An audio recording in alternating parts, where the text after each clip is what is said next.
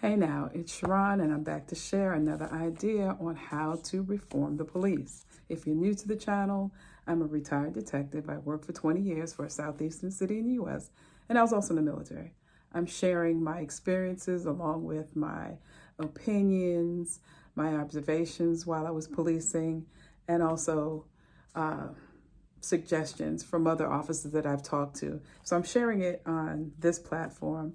I have a plan that I put together. I tweak it every now and again, but this is where I choose to share the ideas on how to reform the police. People say abolish the police. I don't think you can, but whatever you replace it with, it's still going to have to be replaced with individuals.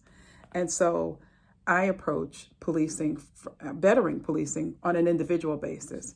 And so with that being said, I want to share another idea.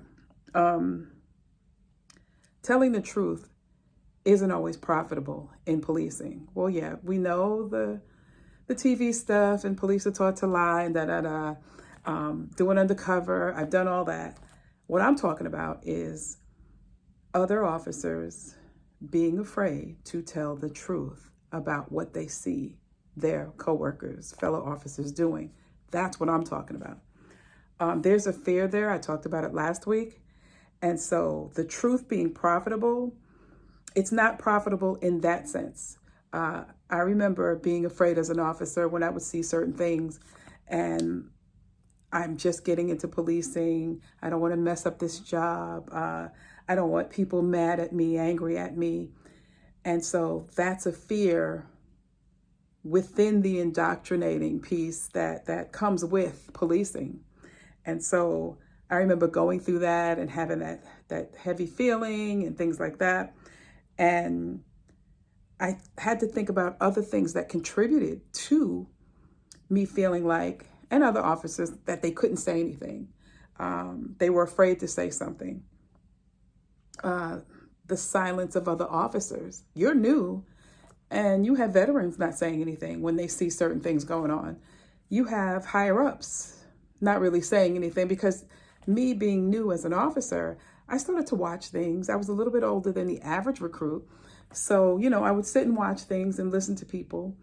But the silence was deafening when there were obvious wrongs happening. I remember that. I remember officers looking the other way. There were situations that clearly everybody could see was wrong. And then people, I didn't see nothing, or I can't tell you what I saw. You get that kind of forgetfulness. I remember, you saw officers being treated differently, messing up stuff, getting into car accidents, if you will, and how they were protected, some of them, because of who they knew, the higher ups, the higher ranking, and how they'd brush things under the rug.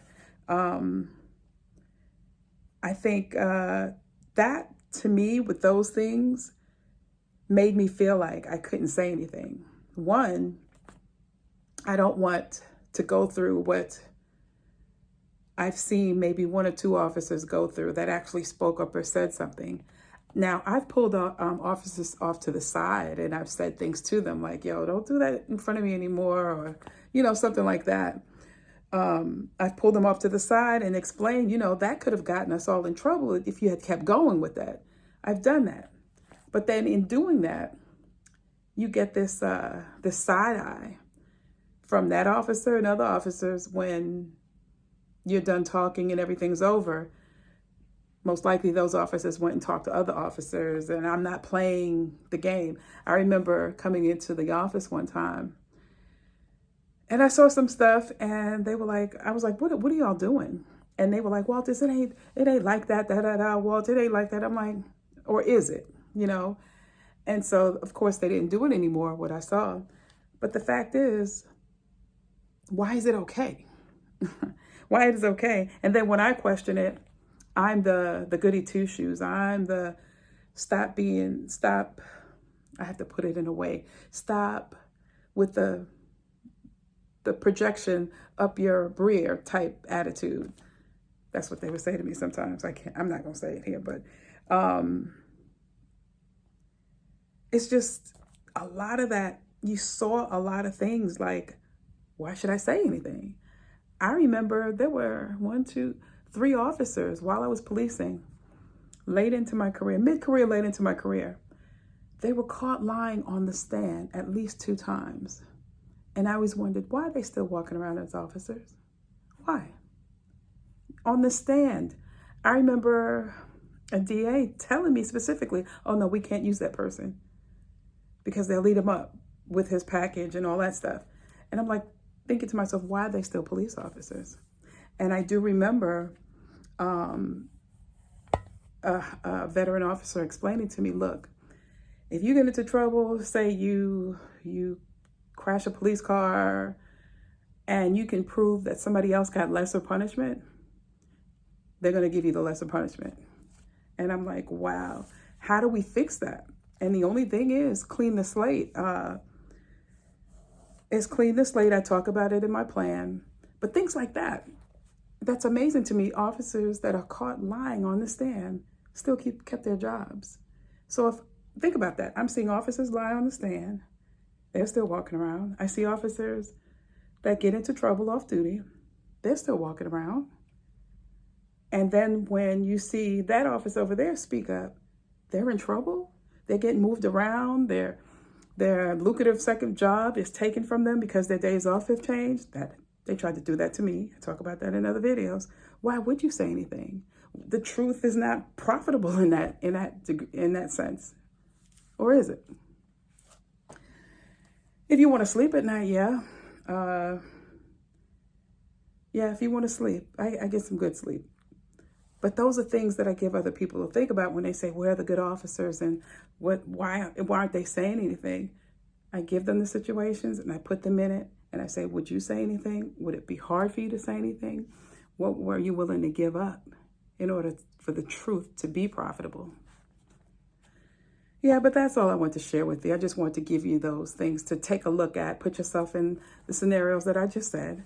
And what would you do? What would you do?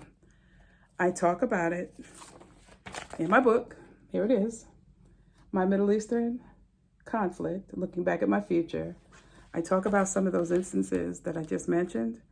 You can find the book on Amazon. Here it is again. You can find the book on Amazon and also on lulu.com. It's under the spirituality and religion tab. And like, subscribe, share, comment. And I'll get back with you next week on another idea. I'm giving you situations now that I've been put in, I found myself in, or talked to other people about, and they found themselves in. And some of that stuff is still going on to this day. But yeah, that's all I want to share with you. Take a look at our online store. The link is in the description. And as is our tradition, you don't necessarily have to go through a thing to learn from it. Talk to you later. Bye.